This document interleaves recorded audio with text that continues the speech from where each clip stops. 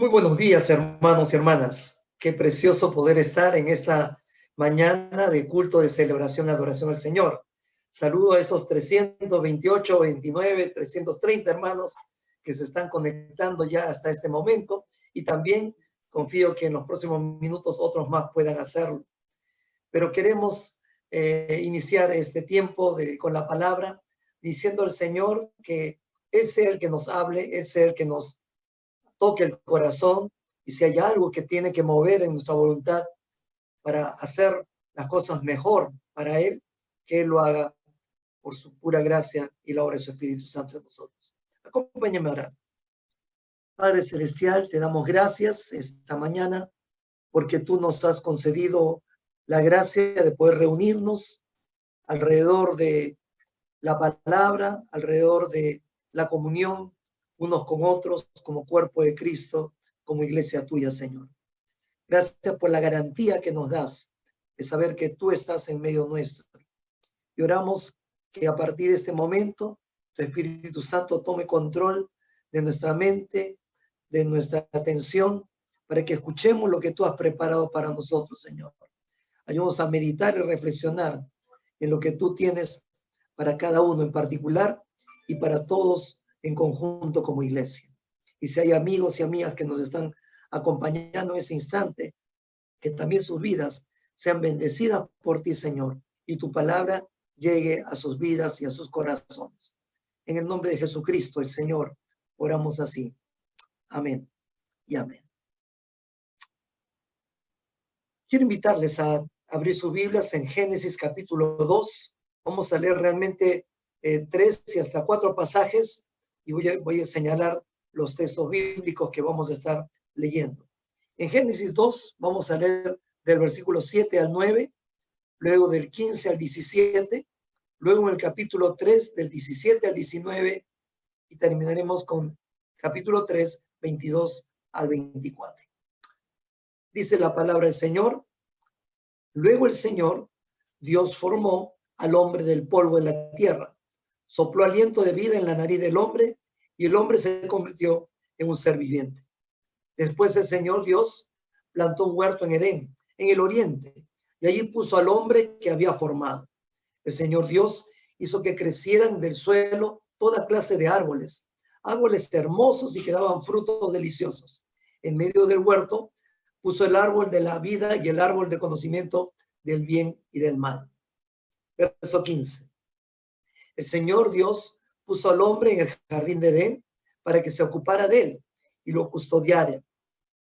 Pero el Señor Dios le advirtió: puedes comer libremente del fruto de cualquier árbol del huerto, excepto del árbol del conocimiento del bien y del mal.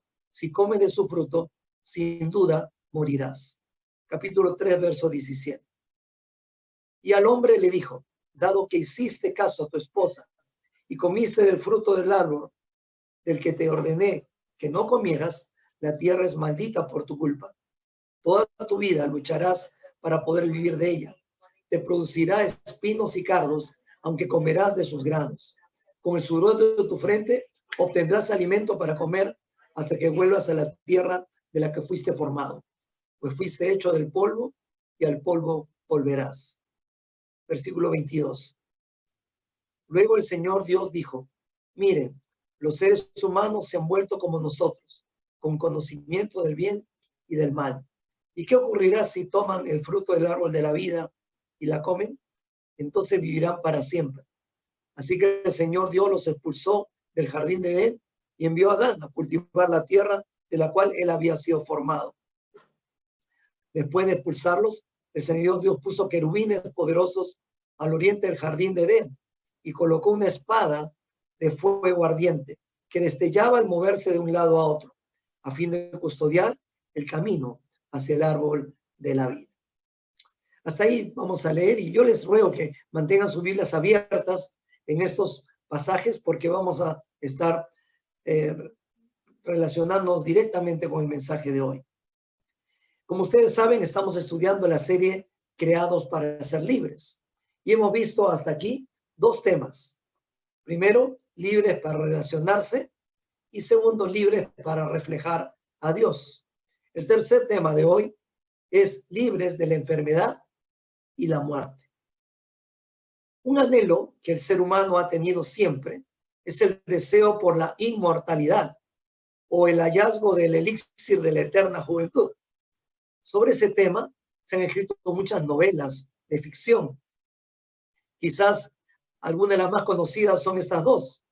En primer lugar, la novela Fausto, una novela trágica del escritor alemán Johann Wolfgang von Goethe, publicada en dos partes, en 1808 y en 1832. El personaje principal de esta novela anhelaba disfrutar de la vida y siendo ya anciano, hizo un pacto con el diablo para volver a la juventud y entregarse sin limitación alguna a los placeres de esta vida. La segunda novela es El retrato de Dorian Gray, novela escrita por el autor irlandés Orson Welles, publicada originalmente el 20 de junio de 1890. Por el interés que causó esta novela, tuvo otras revisiones y publicaciones posteriores. La novela trata el clásico argumento de la eterna juventud, donde el personaje hace también un pacto por el cual mantendría siempre la juventud, mientras que el cuadro que le hicieron aún siendo joven iba envejeciendo conforme pasaba el tiempo. Ahora, esto es en la ficción, pero en el plano real, lo cierto es que la ciencia médica ha invertido millones de millones en tratar de descubrir cómo extender la vida humana y aspirar a la inmortalidad. Algunos famosos en el siglo pasado, como el multimillonario Howard Hughes, o también Walt Disney, el creador de Disneylandia, invirtieron sus fortunas en el anhelo de no morir. Incluso se dice que este último hizo congelar su cuerpo con la esperanza de volver a vivir en el futuro, cuando la ciencia descubriera cómo hacerlo resucitar. Nos surgen entonces preguntas como estas. ¿Querrá Dios que vivamos para siempre? ¿Por qué hay tantas enfermedades que atentan contra la vida? ¿Por qué el coronavirus, por ejemplo? Volvamos a repasar cómo fue el plan original de Dios al crear al ser humano. Y junto con eso, veamos cómo lo alteró. En primer lugar, Dios nos creó sanos e inmortales. Esto lo encontramos en los primeros textos que leímos hace un instante. Génesis 2, 7 al 9 y 15 al 17. Vemos aquí que Dios, desde que nos creó, nos hizo inmortales. Dice el pasaje que fuimos hechos del polvo de la tierra. Esto no indica nada extraordinario en nuestro cuerpo físico, pese a que somos el organismo viviente más complejo y perfecto de esta creación. Lo realmente grande y fuera de serie es que Dios mismo haya soplado su aliento de vida eterna sobre nosotros. El hombre cobró vida, no solo material, sino espiritual. Se dio cuenta de inmediato que era superior a todas las otras criaturas y todas las criaturas lo reconocieron así. Pero lo más extraordinario era que solo el ser humano podía relacionarse con Dios, hablando y compartiendo con él directamente, cara a cara, sin necesidad de ningún intermediario. En ningún momento el hombre sintió temores o amenazas a su vida. Había recibido de Dios el regalo de la vida eterna.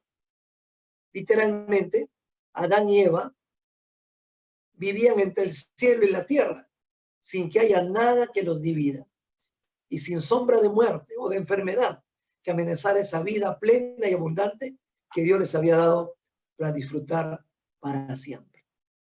En segundo lugar, vemos en este pasaje, versículos 15 al 17, que Dios nos dio libre acceso al árbol de la vida.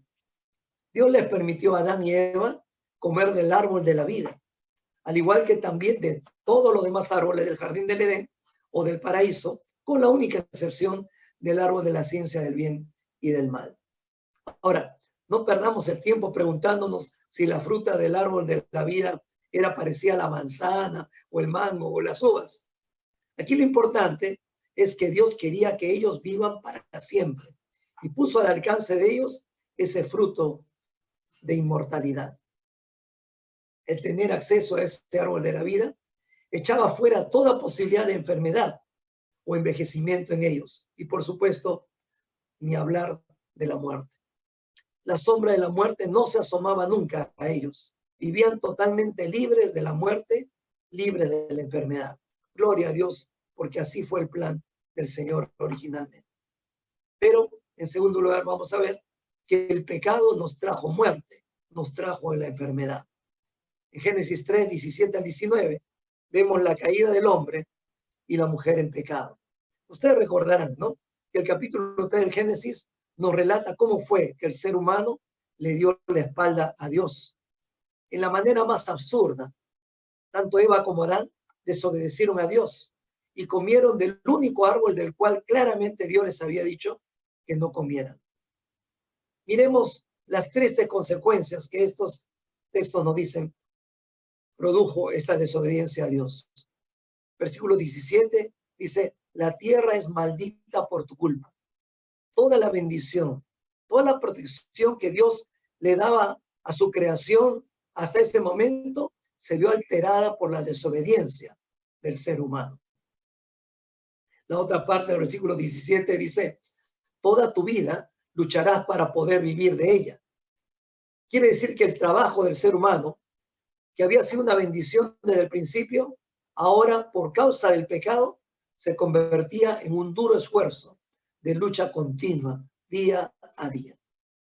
El versículo 18 dice, te producirá espinos y cardos, aunque comerás de sus granos. En respuesta al daño que el ser humano le ocasionó a la naturaleza, esta le haría dificultosa, le haría pesada el obtener el fruto de la tierra.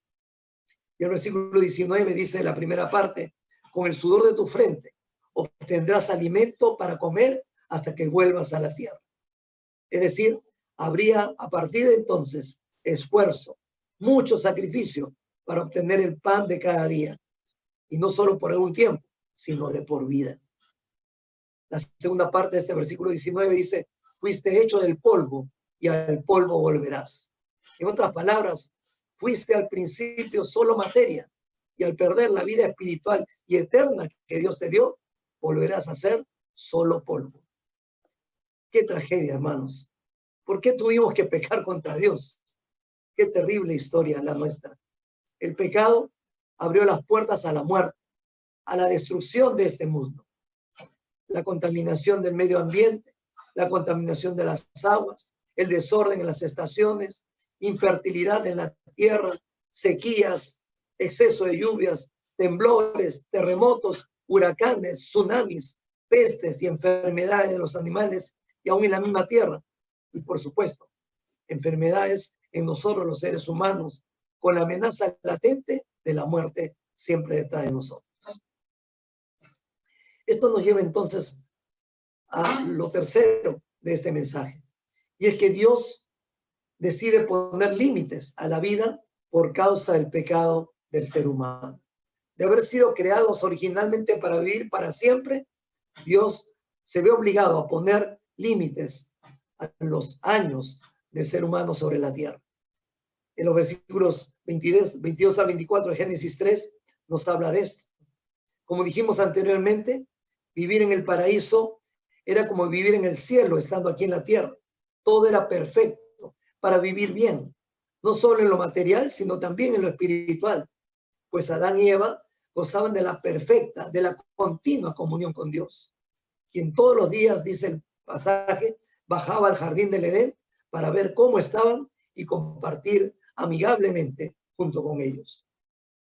Si no hubieran desobedecido a Dios, Adán y Eva y todos nosotros hubiéramos vivido eternamente en ese maravilloso paraíso.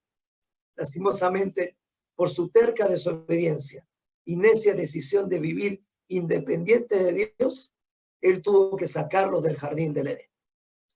Si Dios los hubiera dejado en el paraíso y hubieran seguido comiendo del árbol de la vida, sus vidas infectadas por el pecado seguirían existiendo para siempre y vivirían escondiéndose de Dios, alejados de su comunión, temerosos de Él, experimentando todos los días esa desnudez espiritual por haber perdido la presencia de su espíritu en ellos y con ellos también.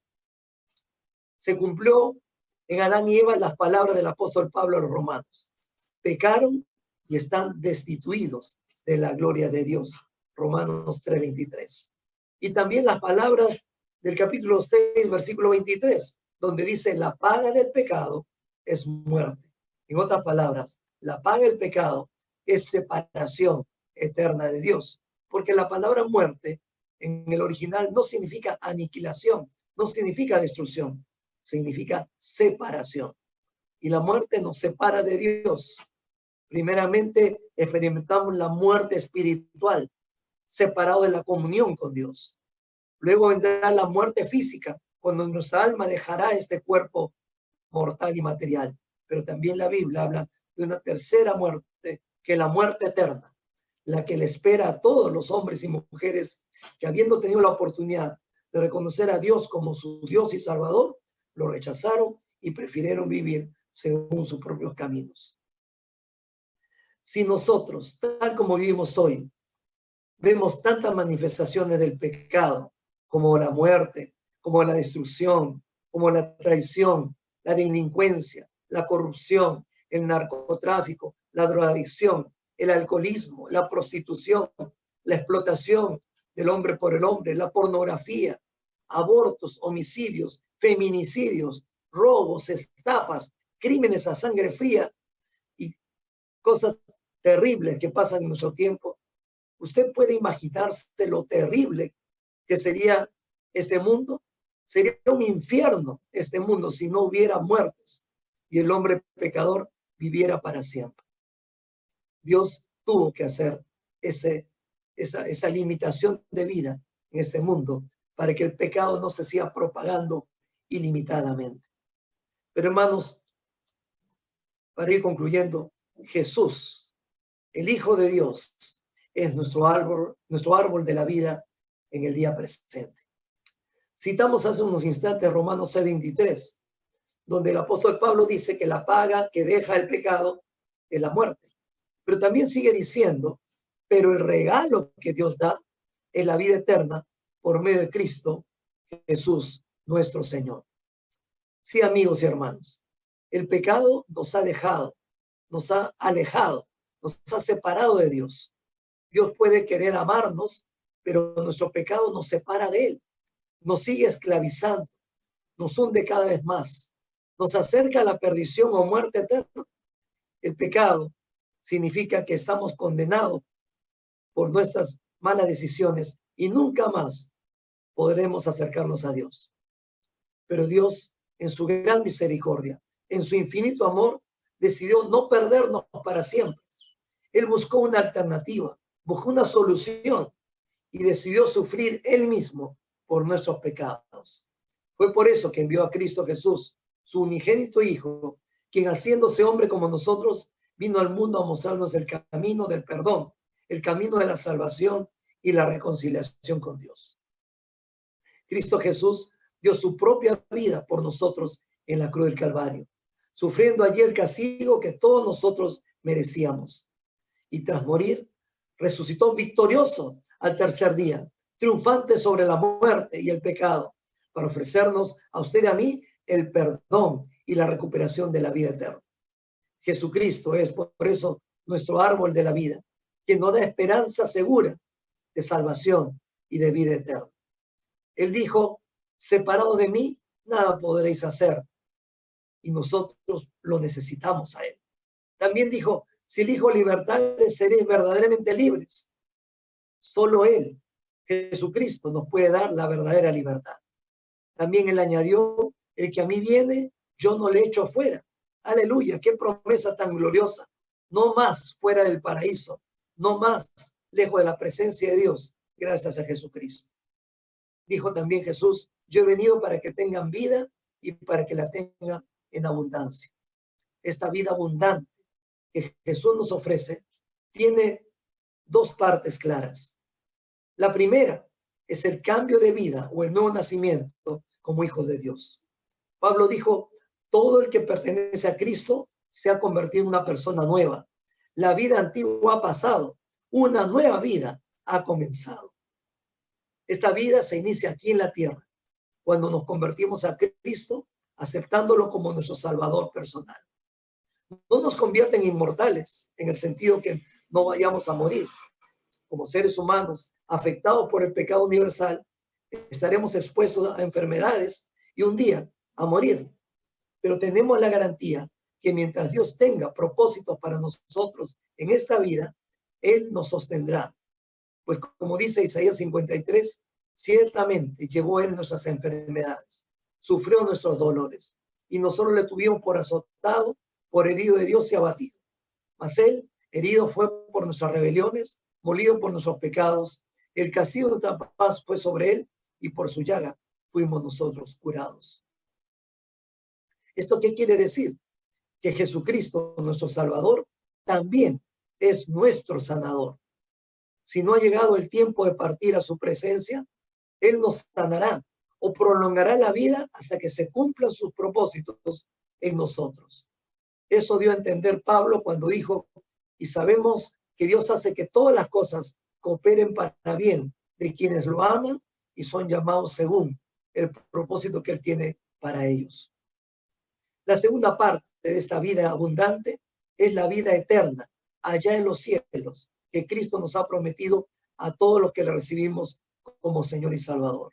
Él prometió, antes de volver a los cielos, en la casa de mi Padre muchas moradas hay. Si así no fuera, yo os lo hubiera dicho. Voy pues a preparar un lugar para vosotros. Y si me fuere y os prepararé el lugar, vendré otra vez y os tomaré a mí mismo, para que donde yo estoy, vosotros también estéis. Hermanos queridos, Cristo nos ha prometido que Él estará con nosotros todos los días hasta el fin del mundo. Esto implica su cuidado permanente para que nada que no esté en su voluntad nos ocurra a usted y a mí o nos arrebate de este mundo antes del tiempo de Dios. Pero también para usted, amigo que nos escucha, ¿es usted consciente que sin Cristo solo nos espera la muerte física un día y finalmente la muerte eterna? ¿Por qué seguir poniendo en riesgo nuestra vida? ¿Por qué no asegurar nuestra salvación si tenemos la oportunidad de hacerlo en Cristo? Decídase, amigo, amiga, por Jesucristo como el gran dador de vida. Y es una vida abundante. Reciba por la fe a Jesucristo como su salud personal hoy mismo. No viva más inseguro o temeroso de qué le pasará a usted. Viva libre de la enfermedad.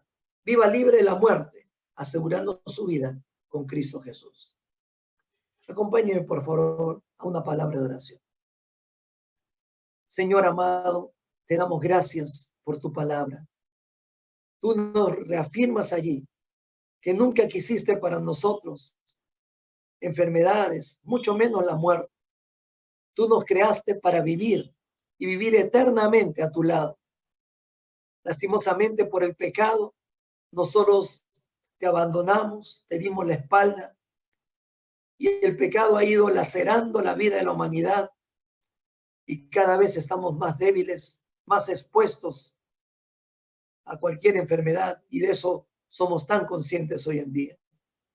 Sin embargo, Señor, tú dices en tu palabra que viniste para salvarnos de nuestros pecados y también para rescatarnos de la muerte eterna. Señor, tú ofreciste tu vida en la cruz del Calvario, en sustituto por nosotros, para que no fuéramos castigados por nuestros pecados, porque tú estabas sufriendo por ellos. Pero también, según hemos leído en tu palabra, tú moriste por nuestras enfermedades. Tú eres capaz de sanar nuestros cuerpos físicos si todavía no quieres llevarnos a tu presencia. Y por eso, Señor, te damos gracias, porque no hay enfermedad que nos lleve de este mundo. Eres tú el que decide cuándo debemos partir. Y eso nos da la garantía de saber que tenemos firme nuestra vida, no puesta en las circunstancias, no puestas en los médicos, sino puestas en tus manos seguras, Señor. Pero también, oh Padre, sabemos que hay muchas personas, muchos amigos y amigas nuestros que todavía no te conocen. Y oramos para que ellos también, Señor, puedan tener esta esperanza de eternidad, esta esperanza de que sus vidas están seguras en ti. Por eso, Señor, toca sus corazones y anímales a tomar la decisión hoy mismo de aceptar a Cristo en su corazón. Mientras estamos todavía con los ojos cerrados en actitud de oración, yo quiero dirigirme a usted, mi amigo y mi amiga que está allí conectado con nosotros.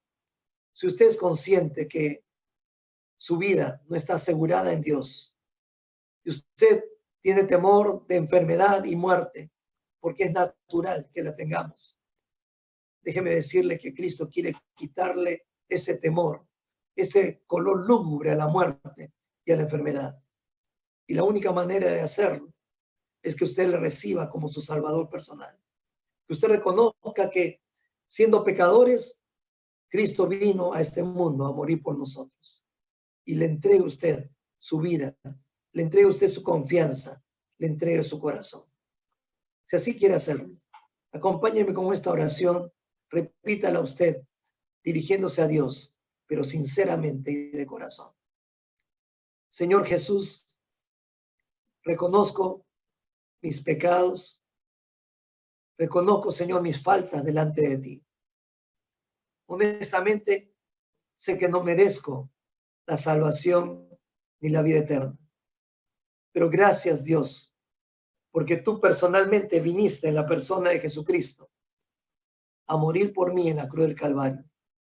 Clavaste ahí todas mis culpas, moriste por mis pecados y luego resucitaste triunfante y victorioso al tercer día, garantizándome la esperanza de la vida eterna, la esperanza de la eternidad. Hoy, Señor, voluntaria y conscientemente, decido recibirte como mi personal Salvador. Te acepto como mi Dios y Señor. Y te pido que me aceptes tú a mí como un hijo de Dios, como parte de la familia de Dios. Ven a mi corazón, Señor Jesús. Transfórmame, lávame, hazme una nueva criatura en tu santo nombre. Amén. Querido amigo y amiga, si usted hizo esta oración y lo hizo de corazón, sinceramente, yo le animo que allí en la caja del Facebook usted nos pueda decir, yo hice la oración. Y nosotros intentaremos comunicarnos con usted para poder ayudarle en esta etapa nueva de su vida y su relación con Dios. Y queridos hermanos, si somos nosotros hoy hijos de Dios, gracias a Jesucristo, que nos devolvió esa vida eterna que habíamos perdido por causa del pecado. Cuidemos esta salvación, cuidemos esta nueva vida que Cristo nos ha dado, invirtiéndola en poder anunciar a otros que Jesucristo les ama también, pero también viviendo cada día de tal manera que el Señor pueda experimentar y sentir que valió la pena morir por nosotros. Que Dios les bendiga, queridos hermanos.